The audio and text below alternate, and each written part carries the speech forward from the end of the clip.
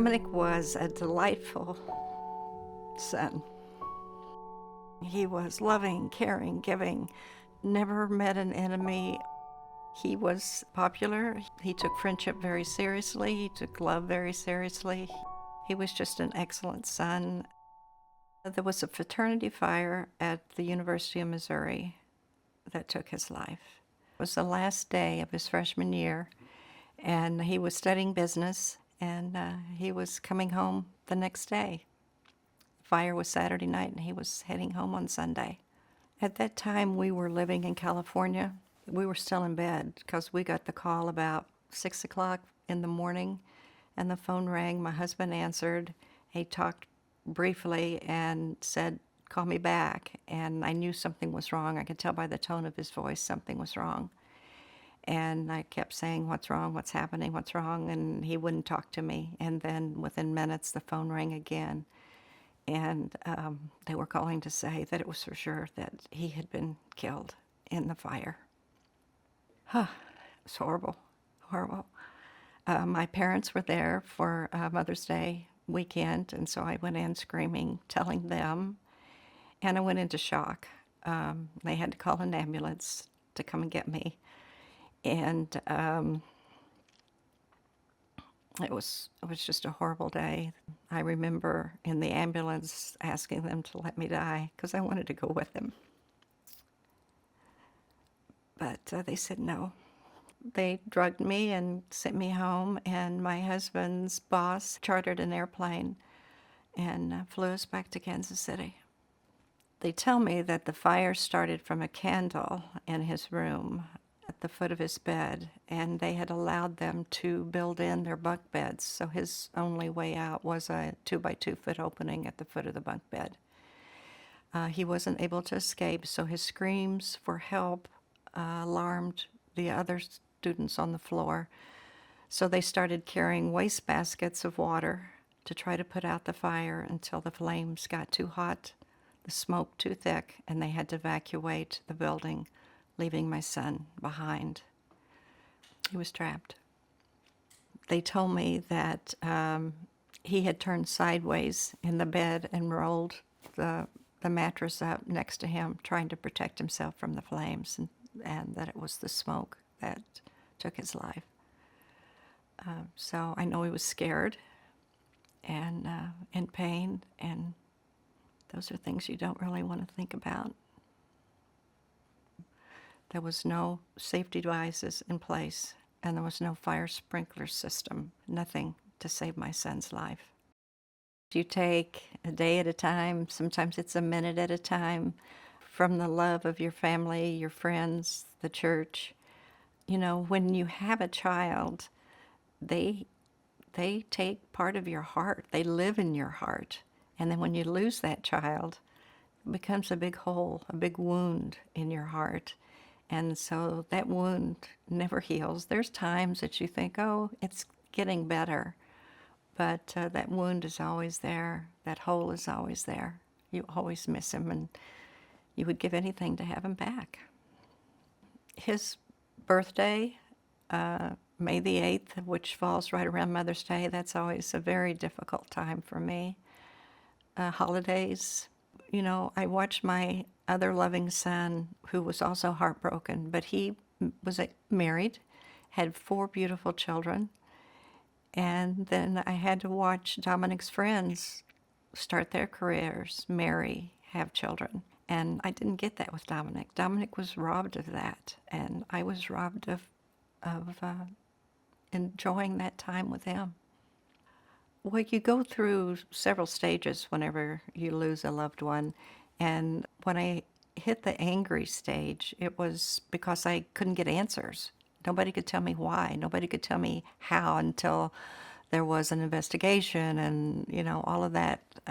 We had to wait and go through that, and I just wanted answers. I wanted to know, why wasn't there any fire sprinklers on the floor?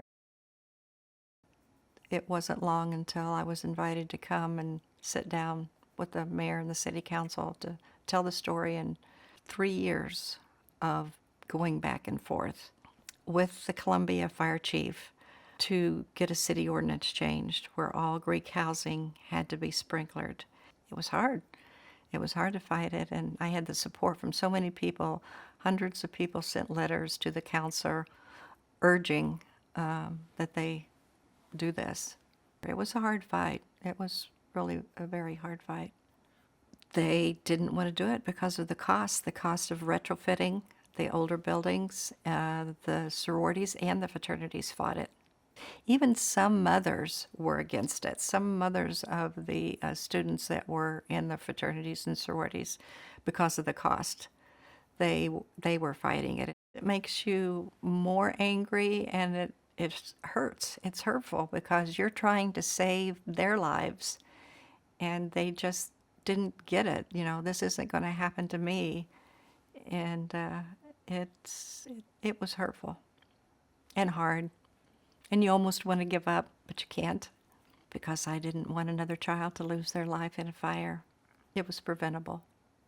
We got excuses like, we need new drapes, we need new carpet, we'll have to raise the fee, and we just kept telling Dominic's story over and over again. And finally there was a councilman who said, I'm supposed to go off the council this year, and I will not go off until we get this ordinance passed. So 3 years, we got the ordinance passed, and all Greek housing has been sprinklered. Either all new housing has been sprinklered, and all old housing, like the Sigma Chi house, has been retrofitted. And to my knowledge, there has not been any fires since that happened, and no student deaths. They tell me that I've saved lives. And they said, you'll never know who or when, but by telling Dominic's story and giving your speeches and getting codes and legislation changed, you are saving lives. There was not anything left in Dominic's room as a memento, but at home we still had some of his clothes. So my mother took his clothes and made blankets for my son and I, and that blanket is on my bed every night. Winter, summer, spring, or fall, I have that blanket with me. I was contacted to see if I wanted to attend a meeting from the National Fire Sprinkler Association and meet other people who had had similar things happen in their lives. And so I did, and there are a couple of other ladies who have lost their sons in college fires, some who have lost husbands, some who have been burned themselves. And we just all got together, we told our stories, and I was trying to make something happen by myself. And we were able to come together as a common voice because we really all had that same story. And we came together as common voices and believe, all of us, in fire sprinklers. Fire sprinklers save lives. There's just no question about it. My son would be here if they had fire sprinklers.